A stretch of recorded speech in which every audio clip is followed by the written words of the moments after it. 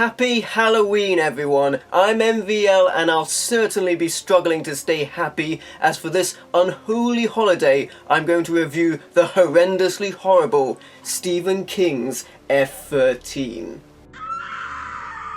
To call this a collection of games will be going too far. They're more like distractions, like the infamous stress reliever Desktop Destroyer Hammer. Ugh! Take that! It's hammer time! I bet you never saw this coming.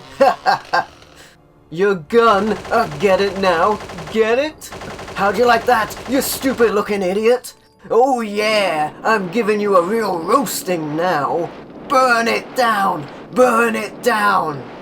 Looks like things are really heating up.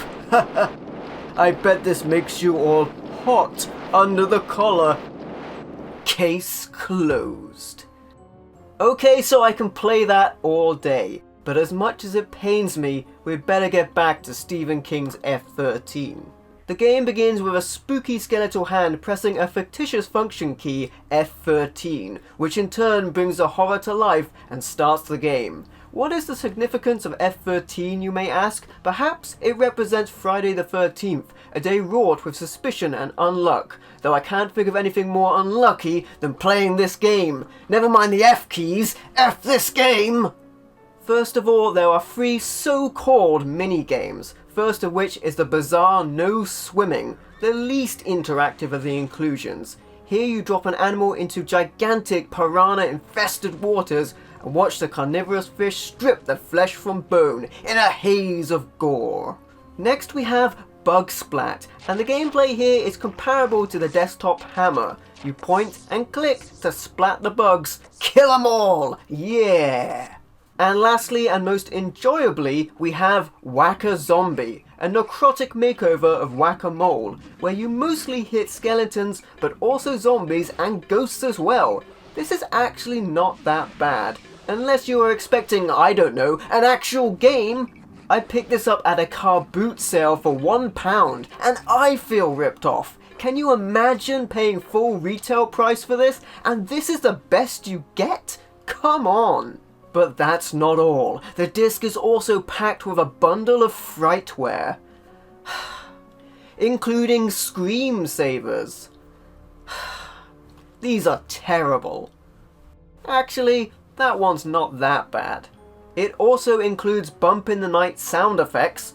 Who would actually use these? Would you want to hear this every time you boot up your computer? And desktop backgrounds. Honestly, who would want this on their desktop? And finally, something actually good. Stephen King's short novella, Everything's Eventual, which at the time was only previously released in an issue of the magazine of fantasy and science fiction. Although I got the impression from the box art this would be an actual paperback inclusion. It's a digital only extra, and what's more, it can only be accessed through the game itself. So you have to boot up this crap every time you want to read it. That sucks. And so help me if I expected something a little more from the master of horror, Stephen King. This is horror for sure. It's absolutely horrible. And the concept had so much potential. It could have been a story where we're turned upon by the technology we depend upon in modern life that has turned against us in some demonic way. In my case, it'd be video games, and I guess, in a way, that is how the story ends, because this really ticked me off. Now, if you don't mind, I'm going to be applying my desktop hammer to Stephen King's F13.